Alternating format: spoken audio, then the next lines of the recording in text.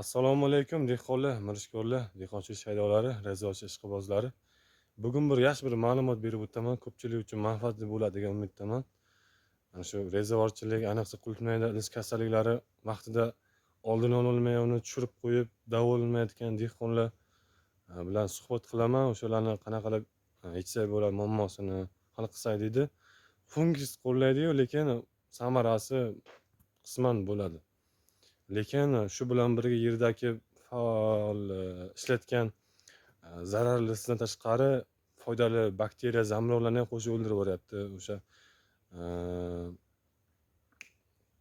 nima deydi? Fungitsidlar, miskoporoz, fondazol eng zararli narsa bo'ladi inson faoliyati uchun ham, yerda qolib ketayotuvchi o'sha zararli ta'sirlari. O'shanaqa bo'lmasligi uchun profilaktika qilib turish kerak, oldini olish kerak. Bunga bizga biologiya yordam beradi. Mana dehqonlar hozir daladaman, Albion dalasida. Basseynimiz. Endi mavzu chetlashmaylik. Hozir qulupnaylarda asosan karies qulupnaylar qishda kasal tushib qolyapti. Ko'pida idish kasalliklari, fuzarioz, shaykasi mana bu tanasida gavharida antroknoz degan kasallik bor. Nomi ham qiyin. O'shani oldini olish kerak. Ko'pchilik tushib bo'lgandan keyin har xil fondazol beryapti, miskoporoz beryapti, margasovka beryapti. Ko'p narsalar qilib ko'ryapti, natija ham bo'lmayapti. Natija bo'lganlar kam, lekin ko'pida natija qisman 20-30%. Nima qilmoqchimiz hozir? Biz avval boshdan o'tkazganmiz. O'shaning oldini olish, profilaktika qilish uchun doimiy ravishda 10 kun, 15 kunda bir, 20 kunda bir holatga qarabda biologiya qo'llab turibmiz ildiz orqali. Mana shu Albionga, mana shu tomonda issiqxonamiz bor, ekin turi, pomidor, unga ham shu alohida traxaderma qo'llanib turibmiz. Doimiy ravishda. Mikrobiotikning shu bizlar uchun ana bu nima edi? Natijasi yaxshi bo'lyapti hozir. Endi biologiyani turma-turdan ishlatib ko'rdik, har xilidan. Hammasi ham reklama qilganda yoki aytgan gapidek chiqmayapti. Endi hozircha bizga shu ma'qul kelib turibdi. Xo'p, traxaderma mikrobiotik ishlatib turibmiz. O'sha ko'pchilik balki ishlatgandir, balki ishlatmagandir biladi. Do'konlarda ko'p hozir. O'shandan achitib qo'yamiz bir 2-3 soat. Keyin hozir holatda mana shu yoz oyida, bahorda soat 5-6 dan keyin beraveramiz. Quyosh nuri kam bo'lgandan keyin, ultraviolet nurlari kam bo'lgan vaqtda. O'sha vaqt samarasi ko'proq bo'lyapti. Endi ertalab bersa bo'ladi. Endi hozir berish noto'g'ri deb o'ylayman. Chunki quyosh nurlari juda baland chiqyapti, o'tkir chiqyapti, o'ldirib qo'yadi zamrov. Ayniqsa zamrov yashashi qiyinroq bakteriyadan ko'ra. Achitib qo'yamiz ichiga 1 kilo traxaderma uchun 200 gram shakar, 300-400 gram bo'lsa ham bo'ladi. Yarim litrmi, 1 litrmi sut qo'yamizda, uni gradusini bir 20-30 gradus ushlab turamiz, 25-30 gradus. Sal tirilib oladi. Tirilish demayman, aktivlashadi, faollashadi. Faollashgandan so'ng kapelin orqali bu qulupnayimizga bir 15-20 minut suv beramiz. O'sha orqali basseynlar bor, nasoslarni. O'sha orqali mana bochkamiz bu. Qo'shib yuboramiz, nasos bilan suvib ketadi. Shu orqali berib yuboramiz. Traxadermaga oziqasi uchun yana bir fulvinni, gumminikisi qo'shsa yaxshi bo'ladi. O'sha mikrobiotikning biofulikasi bor. Sutga 10 sut qo'shib aytaman, 1 kilo qo'shsa bo'ladi. Mana shu albionimizga 4 kilo biofulik ketadi, 5 kilo, 4 kilo, 3 kilo holatiga qarab. O'shani mana shunga solib olamiz bachokka. Mana shu 15 minutga yetadigan qilib suv solaman. Traxaderma biofulikani keyin orqasidan berib yuboraman. Ham qulupnay uchun ham ozuqa, ham ildiz kasalligiga himoya. Shu orqali qulupnay rivojlanishi tezlashaveradi jarayoni. Ketma-ket ketaveradi. Ildiz kasal bo'lmagandan so'ng nima bo'ladi? Hosil yaxshi bo'ladi. Bagda har xil muammolar kelib chiqmaydi. Potensiallarni bir 80-90-100% chiqaraveradi. Agar biz fungisid 10 kunda, 15 kunda o'sha endi aytib o'taman, endi kimdir to'g'ri tushunishi mumkin, kimdir noto'g'ri tushunishi mumkin. Ko'pchilik e'tibor beraman bir xilada yerda biologiyani o'ldirib yuboradi. Mana fungitsid qo'llaydi, perikür qo'llashi, qismi perikür zarar kamu, fondazol qo'llaydi, miskoporoz qo'llaydi, Maximix Redamel shu kabi narsalar qo'llaydi. Chunki ular fungitsid qo'llagandan so'ng zarari ham bo'ladi, foydasi ham bo'ladi. Lekin u o'lgandan so'ng yana faollashib ketaveradi zararli patogen zamburug'lar. O'sha orqali yana yerimiz paydo bo'ladi, yana unga dori sarflaymiz, xarajat qilamiz, lekin samarasi kam bo'ladi. U olaveradi. Biz nima qilishimiz kerak? Ekilishdan 1-2 kun avval tiraxadan berib yuborishimiz kerak. Ekkandan so'ng o'sha tiraxadan botirib ekishimiz kerak. Keyin 15 kun doim profilaktika qilib tursak, yaxshi ishlaydi. Ildiz kasalligiga yaqinlashtirmaydi. U ham zararli patogen zamburug'larni yeydi, ham ildiz sog'lom saqlaydi. Ildiz atrofga yeb olgandan so'ng ham oziqlanishni boshlaydi. Tiraxadermalarning har xil shtammi bor ichida. O'sha ichidagi somon bo'lsa, boshqa bo'lsa chirinni qilib beradi. O'shalar ishlagandan so'ng chirinnilarni surib berish oson bo'ladi. Ildizga surib oladi, kaliy bo'ladi, fosfor bo'ladi, kalsiy bo'ladi. O'sha oziqlarni yeb berishga qisman bo'lishi mumkin. O'sha tiraxadermani ham. O'sha tiraxaderma ichida ham bakteriya bor. Bakteriyalar o'sha fosfor, kaliyni o'zlashtirib beradi. Batafsil tushuntirish harakati qilyapman, chunki bu biologiya shunchaki oddiy narsa emas. Uni tushunish kerak, bilish kerak, qaysi vaqtda qo'llashni. Bu ham tirik organizm, qaysi vaqtda qo'llasa natijasi yaxshi bo'ladi. Mana shu bachoyda qo'llaymiz.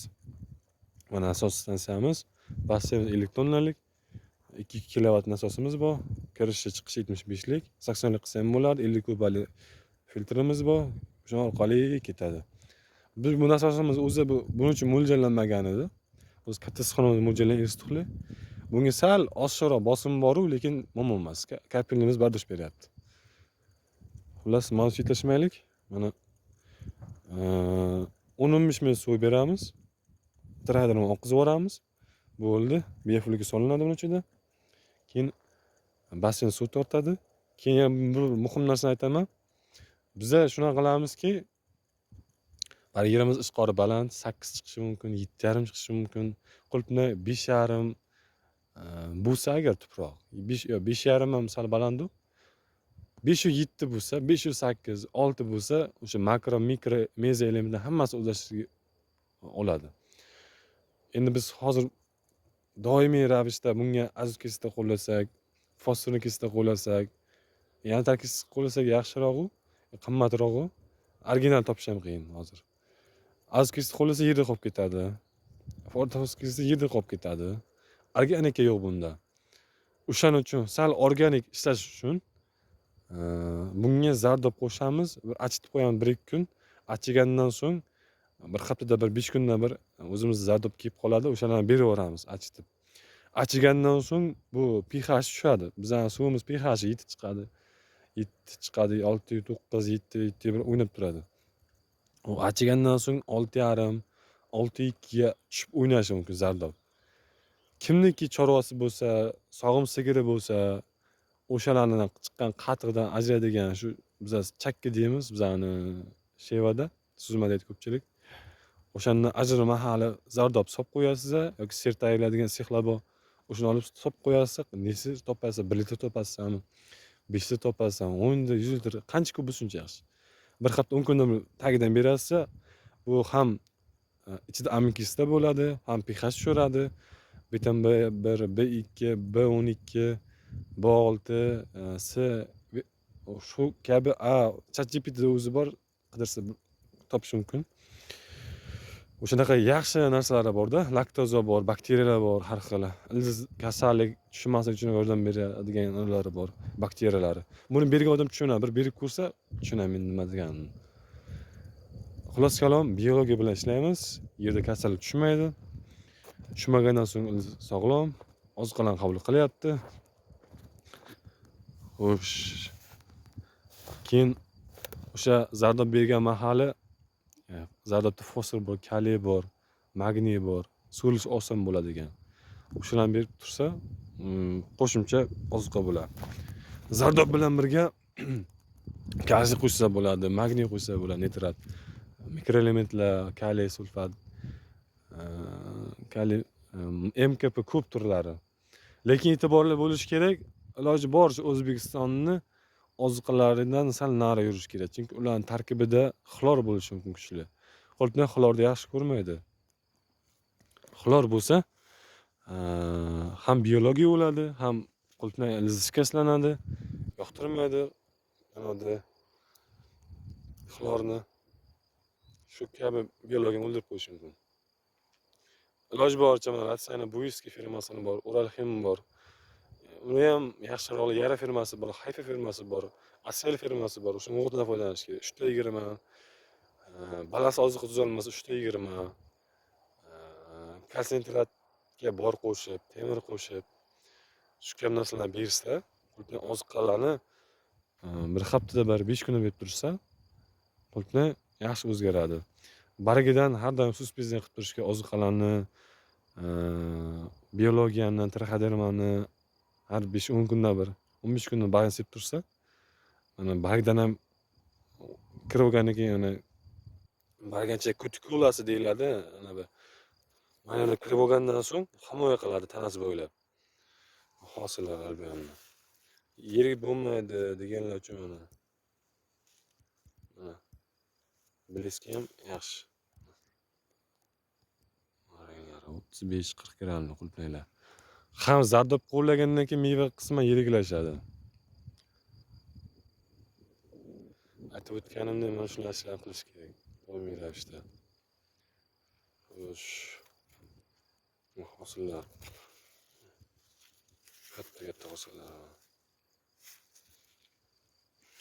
Albion shunaqa narsaki yaxshi sortki, yozda eng issiq ob-havosida ham gullaydi, hosil beradi.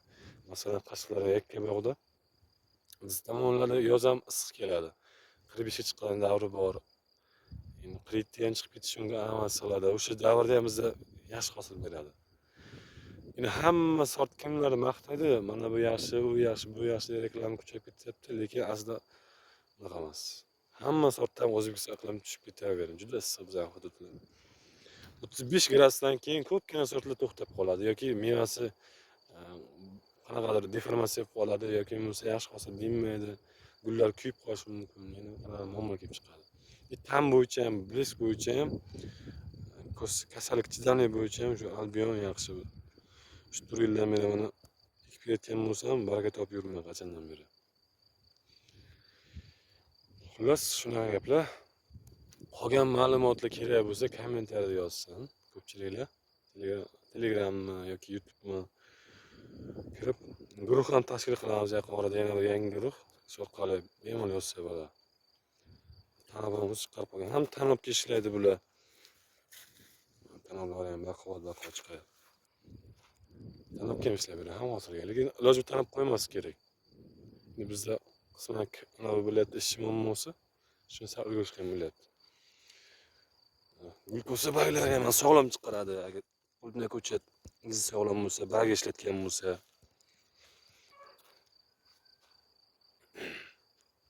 Shu ma'lumotlarni bermoqchi edim. Ozgina videomiz cho'zilib ketdi.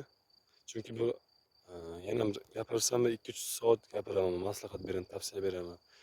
Chunki ilm o'rganishda hech qachon vaqtga e'tiborli bo'lmaslik kerak. Masalan, soatlar o'rganadigan bilimlar bor. 10 soatlar o'rganadigan bilimlar bor. Uni baribir hazm qilish deb tushuntirsam bo'ladi. Endi qanaqa ma'noda aytsam bo'ladi? O'sha bilimni o'rganish uchun nima desam bo'lar ekan? Qaysi til to'g'ri keladi?